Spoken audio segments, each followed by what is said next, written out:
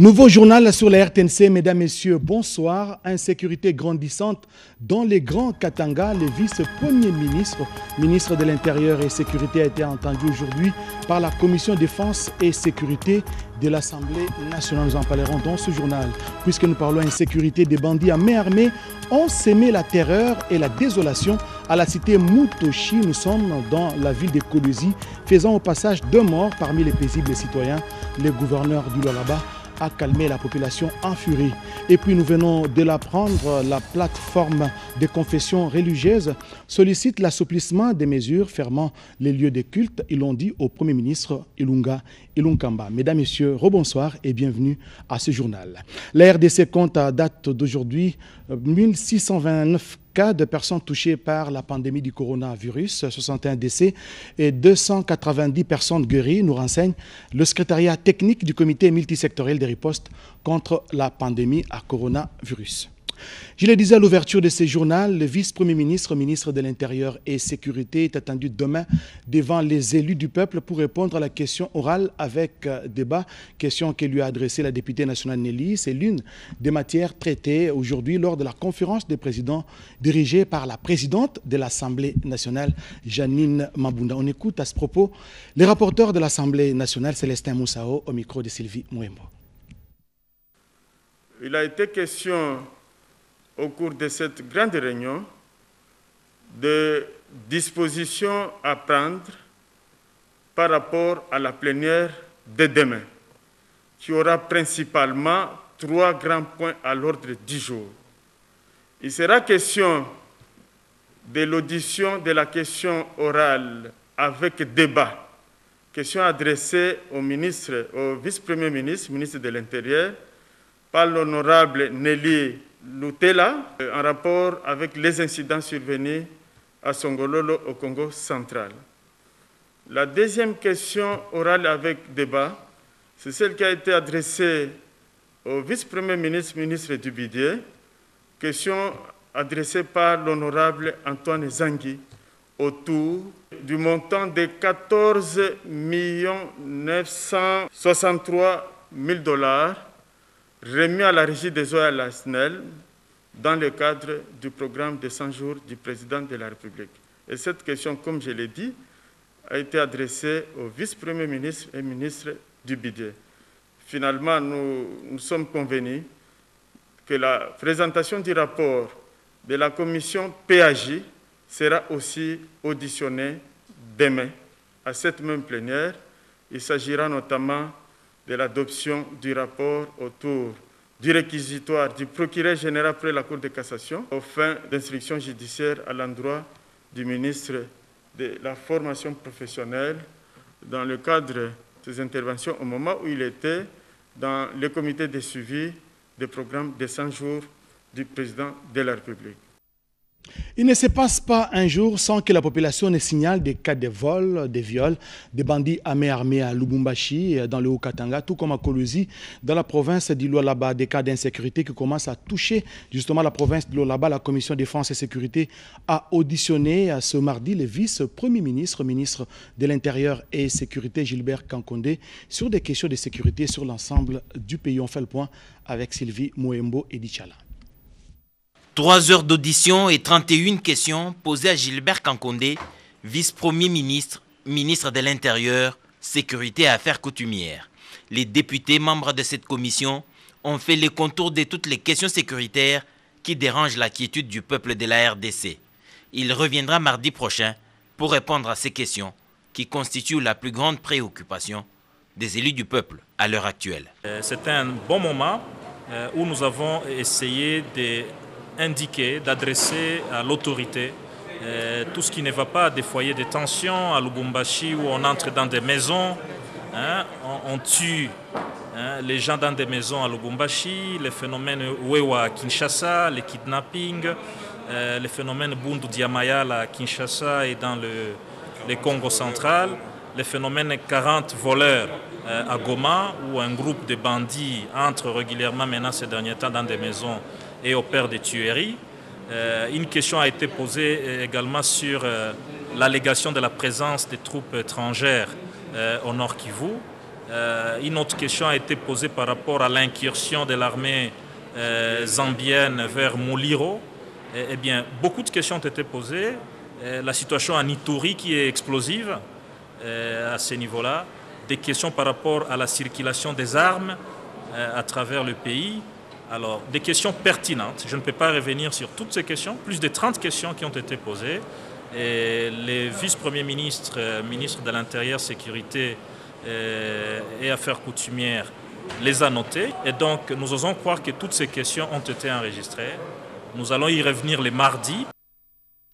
Vous l'avez suivi, des bandits qui ont tué 2 personnes à Kolwezi, ce qui a provoqué la colère de la population qui a marché aujourd'hui jusqu'au gouvernorat de la province. Le gouverneur a tenté de les calmer. Vous allez le suivre dans ce journal. Juste le temps pour moi de dire que la plateforme des confessions religieuses a sollicité ce mardi auprès du Premier ministre Sylvestre Ilunga Ilunkamba l'assouplissement des mesures de fermeture des lieux de culte. Ils estiment que le pic redouté n'a pas eu lieu en ce mois de mai. Les détails avec Françoise Bouelabouaki. Les chefs des confessions religieuses ont été les premiers à soutenir les mesures gouvernementales prises pour lutter contre la propagation du coronavirus. 2 mois après la fermeture des lieux de culte, ils estiment que le pire est passé. Les faits ont démontré que l'alarmisme était excessif chez nous. Ils sont venus solliciter des mesures d'assouplissement au chef du gouvernement ce mardi 19 mai 2020. Sont venus voir le Premier ministre pour faire un plaidoyer en faveur de l'assouplissement de la mesure relative à l'interdiction momentanée des cultes publics en cette période. Mais 2 mois après la mise en application de ces mesures, il se fait aussi observer que Dieu nous a fait grâce en épargnant plusieurs de nos provinces de cette pandémie et aussi en évitant les pires redoutés pour les provinces touchées, particulièrement des grandes villes, en tête Kinshasa. Dans beaucoup de provinces, beaucoup d'activités se déroulent normalement. Et là, les chrétiens sont interpellés dans leur foi. Ils sont un peu gênés de voir qu'ils peuvent aller au marché là où il est difficile de contrôler les mesures de distanciation, mais ils sont interdits d'aller à l'église où l'on peut facilement se contrôler. En revanche, les leaders religieux souhaitent que la mesure prise pour l'organisation des deuils soit maintenue. C'était aussi l'occasion pour nos pasteurs de donner l'information et en même temps demande au Premier ministre, c'est que beaucoup de fidèles ont exprimé leur joie par rapport à la mesure simplifiant les funérailles. Qui est vraiment une mesure qui a beaucoup d'effets positifs, notamment la réduction des coûts financiers. C'était vraiment un scandale, même du point de vue sanitaire. Et d'aucuns souhaiteraient que cette mesure continue même après la pandémie. Ils sont repartis avec la parole du Premier ministre Ilunga Ilunkamba de réunir les services habilités pour discuter sur des éléments de leur plaidoyer. Les femmes entrepreneurs de la République démocratique du Congo veulent industrialiser leur production locale. Elles sont venues discuter des modalités de financement et d'accompagnement avec les programmes d'urgence développement communautaire. Des précisions avec Edith Chala. Des produits congolais très commerçables, transformés sur place, ont été présentés au coordonnateur de la cellule d'appui au programme d'urgence intégré de développement communautaire et conseiller spécial du chef de l'État, Philippe Ngwala Malemba. Ces femmes entrepreneurs sont spécialisées dans l'agroalimentaire avec des fruits séchés, des tisanes de gingembre, artémisia et autres. Elles rencontrent d'énormes difficultés comme Espérance Mbelaou, ADG du groupe Belpes et première vice-présidente de la Commission nationale des femmes entrepreneurs de la FEC, l'explique. On a buté à certains problèmes, ça veut dire l'industrialisation de ces produits pour qu'on arrive à une grande échelle. Donc nous attendons beaucoup de KPDC pour l'accompagnement de toutes ces structures présentes et absentes. Le coordonnateur de cette cellule, qui les a invités à cet atelier, est pragmatique dans l'approche. Nous, KPDC, nous avons reçu instruction du chef de l'État de promouvoir toutes ces solutions locales. Nous allons accompagner, dans le cadre d'un partenariat stratégique, toutes ces solutions locales. L'honorable Antoine Gonda, qui est très intéressé par cette promotion locale, donne toutes les chances à la démarche. Nous y sommes capables, elles y croient, pourquoi pas nous autres qui sommes et au niveau politique et au niveau donc, économique, avec l'attention des plus grands décideurs, de pouvoir réussir ce pari-là. Dans ces emballages faits au pays se trouve un riz parfumé local, une farine de manioc compétitive et des boissons. Il faut tout simplement en évaluer la bancabilité et financer le projet. C'est l'expertise même de la cellule qui les a invités. Après avoir émis l'ambulance aux cliniques universitaires de Kinshasa, la Caisse nationale de sécurité sociale vient de mettre un chèque d'1 million de dollars américains en faveur du Fonds national de solidarité. Et c'est la ministre de l'Emploi, Travail et Prévoyance sociale qui a procédé à cette remise. Suivez. Le monde du travail est le plus touché par la pandémie du coronavirus et la RDC n'est pas en reste. C'est pourquoi, répondant à l'appel du chef de l'État Félix Antoine Tshisekedi Tshilombo, la Caisse nationale de sécurité sociale s'est résolument engagée dans la lutte contre cette pandémie aux côtés d'autres structures mises en place pour barrer la route à cette maladie. Après avoir émis la clé de contact d'une ambulance aux gestionnaires des cliniques universitaires pour une mobilité facile dans les interventions, contribution de la CNSS, la ministre de l'Emploi, Travail et Prévoyance sociale, le docteur Néné Ilunga Nkulu, ministre des tutelles, a présidé une autre cérémonie de taille. C'est la remise officielle d'un chèque d'1 million de dollars américains au coordonnateur du Fonds national de solidarité contre le Covid-19. Néné Ilunga Nkulu motive ses gestes. Nous sommes venus répondre à l'appel du chef de l'État. La CNSS, dans sa mission régalienne de protéger et de prévenir, a décidé d'amener ce petit montant pour aider tant soit peu la République dans ces moments difficiles. Ce fonds a été créé pour aider et la CNSS a décidé, et je suis venue pour appuyer la démarche afin que ce peu que nous pouvons donner puisse aider.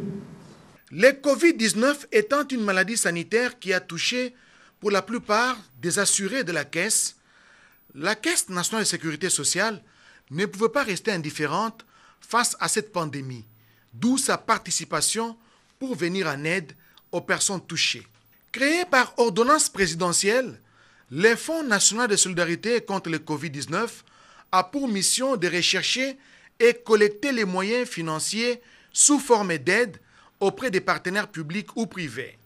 Le geste que vient de poser la Caisse nationale de sécurité sociale rentre dans le cadre de ses attributions, notamment dans les volets de l'action sanitaire et sociale prévus dans la nouvelle loi du régime général de sécurité sociale.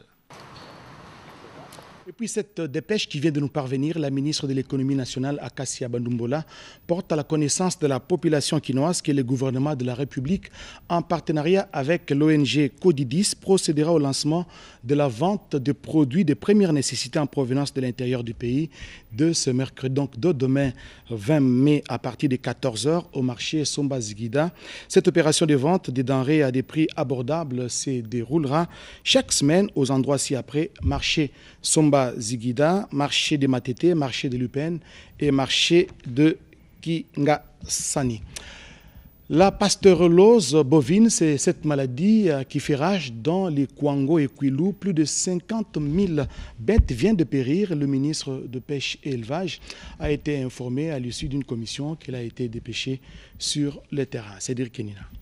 Pendant que Kinshasa continue de faire face au Covid-19, les Kwilu et les Kwango restaient impuissants face à une maladie rare, la pasteurellose bovine, qui a décimé plus de 50 000 bêtes.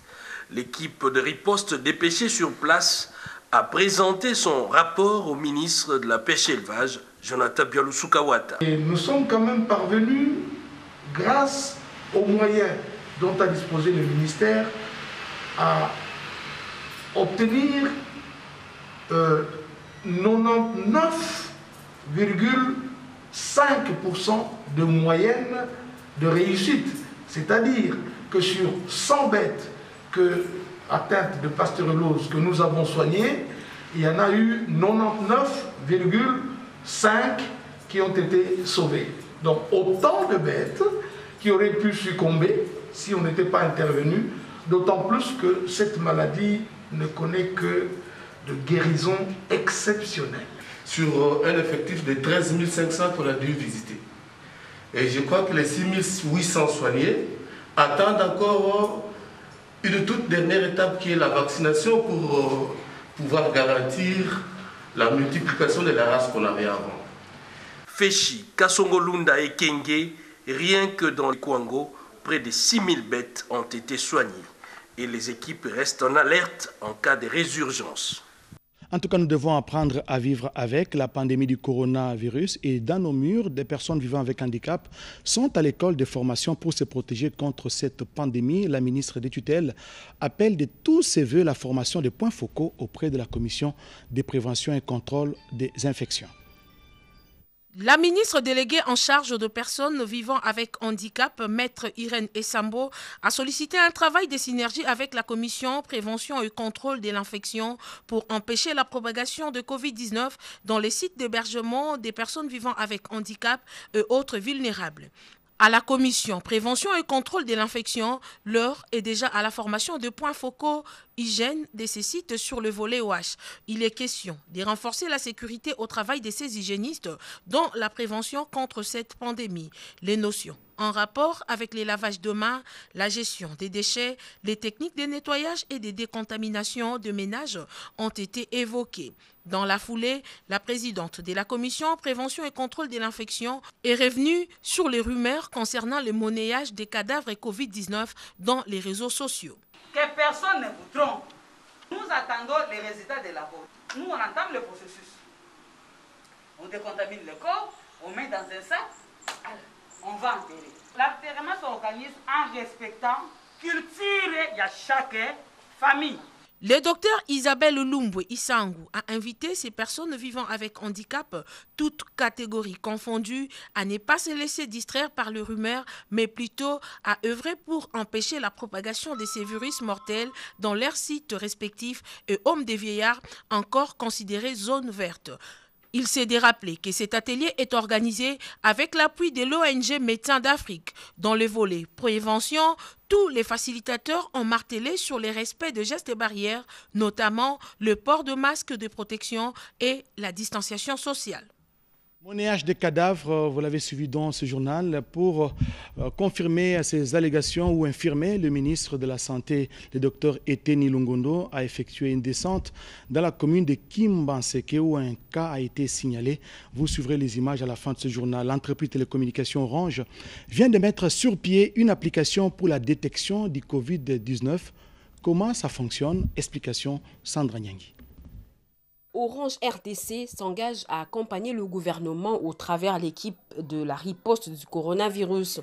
Cette compagnie de téléphonie mobile a présenté son projet pilote sur l'analyse des données, une technique visant à prévenir la population congolaise du coronavirus. Il s'agit tout simplement de la présentation d'un schéma de mobilité qui va gérer la mise en œuvre des ripostes sanitaires en évaluant l'efficacité des mesures de restriction, la distanciation sociale, sans oublier les mesures de l'impact social et socio-économique. Orange RDC va se baser sur les données de l'Agence nationale de l'ingénierie clinique, de l'information, de l'informatique, de santé et l'Agence numérique du ministère de la Santé et va s'aligner derrière l'initiative de mise à disposition de contrôle de 100 mètres pour l'utilisation des données mobiles. Ça va se passer comment? Voici les explications. L'application que nous avons décidé d'offrir aujourd'hui est une plateforme qui va nous permettre d'observer les mouvements et les flux des personnes entre les différentes communes de la ville de Kinshasa, mais également qui peut fonctionner sur tout le pays, afin de donner des indications aux décideurs pour prendre effectivement les actions qui s'imposent pour combattre et lutter contre la riposte donc vis-à-vis du Covid, qui vont les aider à prendre les bonnes décisions avec des informations réelles et qui sont actualisées. Une belle initiative saluée à sa juste valeur par les responsables de l'équipe de la riposte Covid-19. Nous allons tout faire pour utiliser au maximum, n'est-ce pas, cet outil et donc suivre le mouvement des personnes. C'est un bon indicateur qui nous oriente vers les activités à mettre en place pour pouvoir faire le dépistage de Covid-19. C'est donc possible en RDC d'identifier de manière numérique et digitale les malades du coronavirus.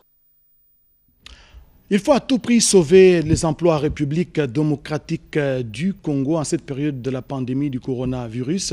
Le ministre de Mines et son collègue de l'Emploi, Travail et Prévoyance sociale ont effectué dernièrement une mission dans la province du Haut-Katanga et celle du Lualaba. Ils ont visité quelques entreprises minières. Le reportage. Cette mission d'inspection dans le Grand Katanga permet au gouvernement national de s'assurer des conditions de travail dans des entreprises minières à la suite de la pandémie de Covid-19. Première étape, le Haut-Katanga, précisément la ville de Lubumbashi. Sur place, le ministre national des Mines, Willy Kitobo, et sa collègue de l'Emploi, Travail et Prévoyance sociale, Nene Ilungankulu, ont échangé tour à tour avec les autorités locales, les employeurs et employés. Au menu, résorber la problématique des licenciements et des mises en congé techniques des travailleurs en cette période délicate que traverse le pays. En tant que ministre de Mines, j'étais intéressé à l'impact du Covid-19 sur le secteur pour voir si cette économie pouvait se maintenir malgré le Covid-19. Et donc sur place, nous avons fait un état des lieux et nous avons vu qu'il y a quand même une bonne maîtrise de l'activité minière et même les différents licenciements qu'on a faits, ce sont des licenciements qui sont négociés. Mais jusque-là, en général, on n'a pas vraiment de licenciements. Ce sont des congés techniques et qui se sont entendus avec le problème de confinement. Dans le monde, comme vous le savez, la Chine, qui nous achète beaucoup plus des métaux qui viennent d'ici, a réouvert à peu près son économie et ça pourra restabiliser le prix du cuivre et du cobalt, et ce qui va permettre de relever un peu l'activité minière. Deuxième étape, les lois là-bas. Les deux membres du gouvernement central, qu'accompagnaient les vice-gouverneurs Fifi Masuka, ont visité l'usine de Comuse, une société chinoise où les travailleurs sont confinés sur place pour éviter toute contamination et propagation du coronavirus. Le patron des mines a donc invité les responsables de Comuse à respecter la loi régissant le secteur du travail en République démocratique du Congo. Un nouvel ouvrage dans les rayons des bibliothèques, aussi bien en République démocratique du Congo qu'à l'international. Il a comme titre « Apport de la nouvelle technologie dans le développement de la RDC ». Son auteur est un Congolais vivant aux États-Unis d'Amérique, Delphin Kiouboua, un récit d'Hérodé Panda. L'échange partagé entre les scientifiques et opérateurs politiques congolais de la diaspora à partir des États-Unis d'Amérique, Canada, Europe et ceux résidant au pays, la RDC, se déroule par vidéoconférence. Cet exercice est le fruit de la magie des nouvelles technologies de l'information et de la communication. L'apport de nouvelles technologies pour le développement de la RDC, ce sujet porté au débat au cours de cette vidéoconférence, c'est aussi l'intitulé de l'ouvrage écrit par Delphin Kiouboua, Congolais résident en Californie aux États-Unis d'Amérique, informaticien scientifique et acteur politique. Tous les intervenants à ces débats virtuels se sont accordés qu'il est possible et urgent de faire profiter à la RDC de nouvelles technologies modernes pour son développement. Mais avec comme passage obligé, il faut moderniser tous les secteurs de gestion des ressources naturelles et éradiquer la corruption, ont-ils martelé. Est-ce que ce Congo nouveau est possible? Et nous continuons à croire qu'un Congo nouveau, fort, prospère, il est aussi possible. Une vision des réformes pour l'émergence qui est axée sur la technologie moderne. Quelques domaines sont sélectionnés, notamment les infrastructures, l'énergie, la santé et l'éducation, avec création de millions d'emplois. Le docteur Freddy, intervenant à partir de Kinshasa, a fait une mise au point. Monsieur Bougigi est directeur informatique au ministère de NTIC de l'État de la Californie aux États-Unis. L'auteur de différents ouvrages, parmi lesquels l'apport de nouvelles technologies pour le développement intégral de la RDC. Cette vidéoconférence avait comme objectif de sensibiliser la communauté afin que l'on puisse donner une part importante au développement de nouvelles technologies.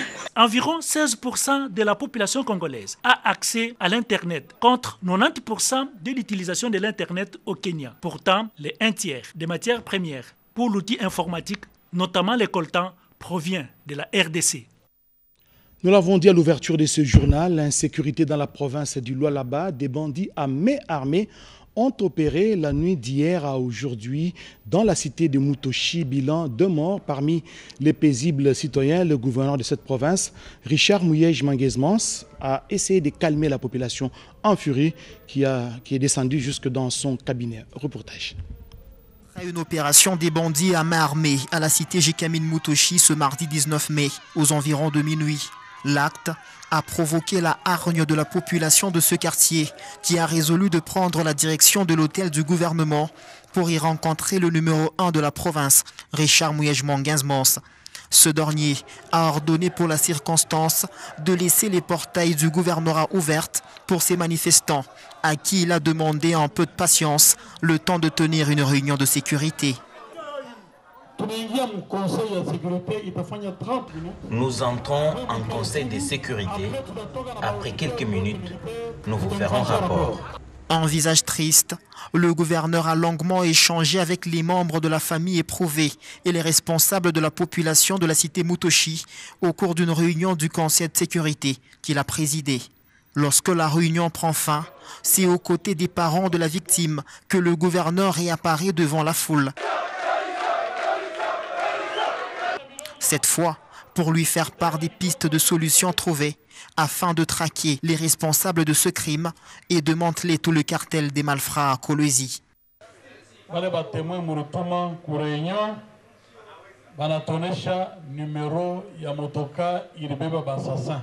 Vos délégués à la réunion de sécurité nous ont donné le véhicule qui a été utilisé par les assaillants. Nous savons qui sont ceux-là qui ont pris place à bord de ce véhicule. Nous allons vous les présenter.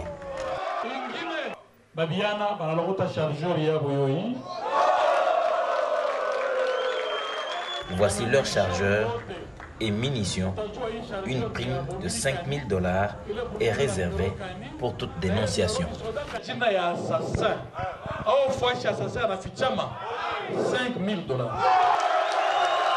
La vie n'a pas de prix, a rappelé le gouverneur.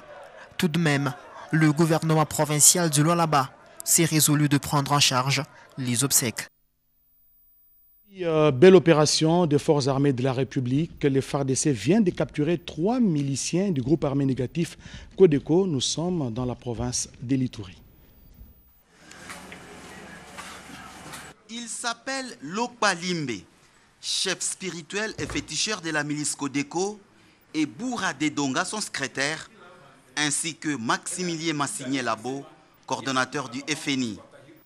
Dans leurs aveux devant les gouverneurs des provinces, Lokpa Limbe, au nom de miliciens Codeco, demande pardon de tous les actes commis à l'endroit des populations du territoire de Djougou.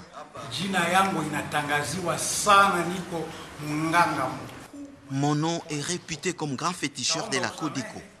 Je demande pardon devant vous. Je ne rentrerai plus dans ces mouvements. Si je retourne, éliminez-moi. Je vous demande pardon. Avec vous, construisons l'Ituri pour son développement, ainsi que les territoires de Djougou en particulier. De son côté, Maximilien Limbe reconnaît les atrocités causées aux populations de Djougou. Les coordonnateurs du FNI invitent les autres miliciens à déposer les armes pour les retours de la paix en Ituri. Les hommes de Dieu sont mis en contribution pour exorciser ces miliciens. Ils anéantissent les forces maléfiques causées par ces milices, Codeco, une secte rebelle mystico-religieuse. Merci parce que ton esprit va visiter nos amis qui sont encore là en brousse, mal intentionnés, utilisés par l'ennemi, Seigneur. Signalons que ces miliciens ont été arrêtés par le FARDC à Pandroma, localité située à 55 km au nord du territoire de Djougou. Communiqué du ministère de la Justice et Garde des Sceaux, les ministres de la Justice et Garde des Sceaux constatent avec regret la prolifération des mauvaises habitudes de la part de certains individus et officines pour nuire à travers des montages grossiers à l'image des institutions de la République, des personnalités politiques et de quelques acteurs du secteur privé bien ciblés, des fausses ordonnances présidentielles en images photographiques montées et modifiées avec sceau officiel sont abusivement publiées et diffusées sur Internet et dans les réseaux sociaux. Il en est de même des administrations, des services publics ou de leurs agents qui diffusent sur les réseaux sociaux numériques des documents officiels portant des sceaux et signatures des membres du gouvernement de la République ou de la présidence de la République. Au regard de moyens modernes d'investigation et de l'arsenal juridique congolais à sa disposition, le ministère de la Justice rappelle sa politique criminelle de tolérance zéro et instruit le parquet à s'activer dans la répression de toutes ces antivaleurs relevant de la cybercriminalité et met en garde les auteurs ainsi que les citoyens concernés qui y participent soulignent que tous les actes ici décriés feront l'objet de poursuites pénales. Il me revient donc au rappel Célestin Tundaya Kassende, ministre d'État de la Justice. Il lui revient donc avec force de prévenir la divulgation à foison des correspondances officielle, de même que la publication éhontée des fichiers de toute nature portant atteinte non seulement à la vie privée et à l'honneur des personnes, mais aussi et surtout à l'image du pays et à la vie de toute la nation. Toute personne impliquée dans les phénomènes de cybercriminalité, si haut décriés, connaîtra la rigueur de la loi et des services judiciaires. Le vice-ministre des hydrocarbures a remis des dons constitués de vivres et non-vivres aux musulmans en cette période de Ramadan, nous dit Rodépanda. Mois de Ramadan, mois sacré pour les croyants musulmans du monde entier. Pendant cette période, ils sont appelés à poser des gestes de générosité. L'opportunité a été bien trouvée par le vice-ministre des hydrocarbures, Moussa Mondom, qui a remis un don de vivres, des premières nécessités venues du roi de l'Arabie Saoudite, Salman bin Abdallah Aziz, en faveur de croyants musulmans de la RDC. Le superviseur régional du ministère des Affaires islamiques d'Arabie Saoudite en RDC, Cheikh Abdul Hamid Mayoukou, en a assuré le suivi jusqu'à la destination. Le vice-ministre des hydrocarbures, Moussa Mondo, qui a réceptionné ces dons, a salué cette initiative et remercié les donateurs, qui a pensé aux croyants musulmans de la RDC en cette période difficile où le monde entier endure la souffrance de la pandémie à coronavirus. C'est un geste de générosité qui va aider les musulmans à bien passer leur mois de Ramadan. Parmi les bénéficiaires de ces dons du roi d'Arabie Saoudite, il faut compter ceux de la province du Katanga. C'était aussi une occasion pour les responsables du centre chez Mayoukou de sensibiliser les croyants musulmans au respect des gestes barrières pour lutter contre la pandémie à coronavirus. Une frange de la population du camp Luka a reçu la visite des responsables de l'ONG FODI qui l'a sensibilisé sur les mesures barrières à respecter avant de remettre quelques vivres et non-vivres, nous dit ce reportage. Depuis la découverte du premier cas du coronavirus à Kinshasa, le mode de vie de tout un peuple a été bouleversé dans divers domaines, d'où une approche pédagogique s'avère indispensable pour limiter la propagation de cette pandémie. L'appel du chef de l'État Félix-Antoine Tshisekedi a trouvé sa réponse par geste de la fondation Diba Kabula qui a apporté son soutien aux efforts du gouvernement pour lutter contre la pandémie de Covid-19. La fondation Diba Kabula est descendue sur terrain avec un lot important de masques et désinfectants pour distribuer à la population afin que celle-ci se protège convenablement contre le coronavirus. Les bénéficiaires saluent ces gestes et félicitent la fondation. Le port des masques nous protège contre la pandémie à coronavirus. Nous remercions la fondation pour ces gestes. Les membres de cette fondation s'est expliqué à l'attente de la population. Le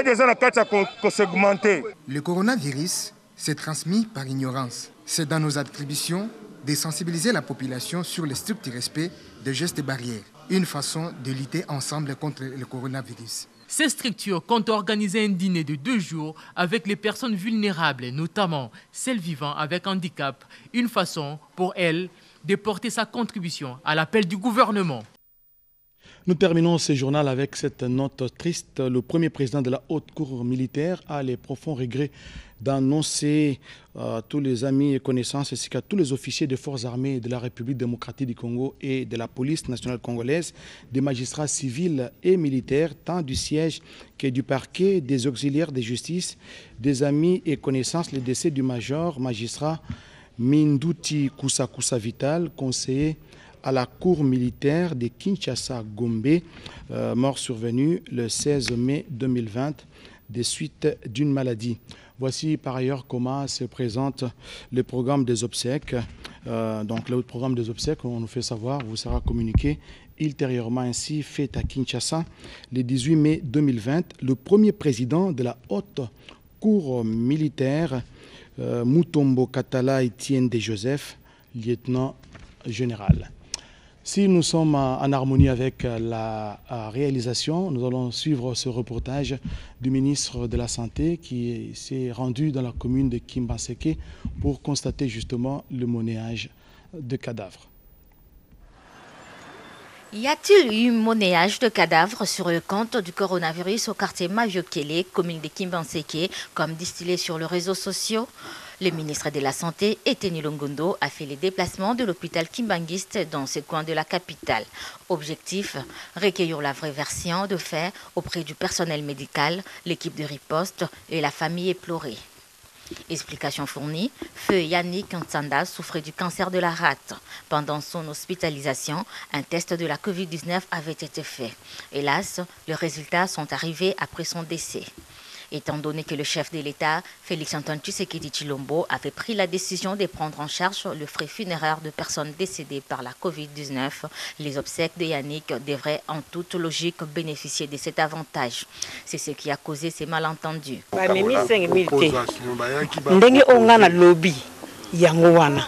Que l'État a causé charge à Kundebembe pour accompagner mbongo.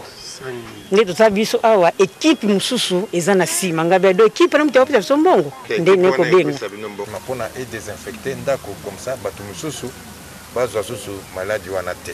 Information mal comprise par la famille du défunt, comme l'explique le membre de la riposte. Moni lokola ndeko autika kufa na corona, OK? C'est-à-dire il y a les processus qu'on a babengi na plus expliquer que EDS enterrement digne et sécurisé. C'est-à-dire ndenge bembe ndenge za ndenge wana bino boko ya lokola azaboza membre de famille mais il y a une équipe et ko préparer corps, OK, bako bongisa yango corps déjà est commis en danger mutako simango lisusuté moi pe bo poussa na pembeni ezate. Convaincu de la lumière donnée par le patron de la santé, la famille s'est réjouie et a félicité le ministre pour sa descente, surtout sa communication. Faisant d'une pierre deux coups, le ministre de la Santé a profité de son passage dans cette institution sanitaire pour payer des frais de personnes qui ont été retenues faute de moyens financiers. Nous revenons sur cette triste nouvelle. Le premier président de la haute cour militaire a les profonds regrets de porter la connaissance de tous les officiers des forces armées de la République démocratique du Congo et de la police nationale congolaise, des magistrats civils et militaires, tant du siège que du parquet, des auxiliaires de justice, des amis et connaissances, les décès du major magistrat Munduti Kusakusa Vital, conseiller à la cour militaire de Kinshasa Gombe, mort survenu le 16 mai 2020 des suites d'une maladie. Les programmes des obsèques vous sera communiqué ultérieurement ainsi fait à Kinshasa. Le 18 mai 2020, le premier président de la haute cour militaire, Mutombo Katala Etienne de Joseph, lieutenant général. Mesdames, Messieurs, ainsi se termine ce journal. Prochain rendez-vous avec la rédaction, c'est tout à l'heure à 22h dans une présentation signée Joël Makela. Excellente soirée à tous. Au revoir.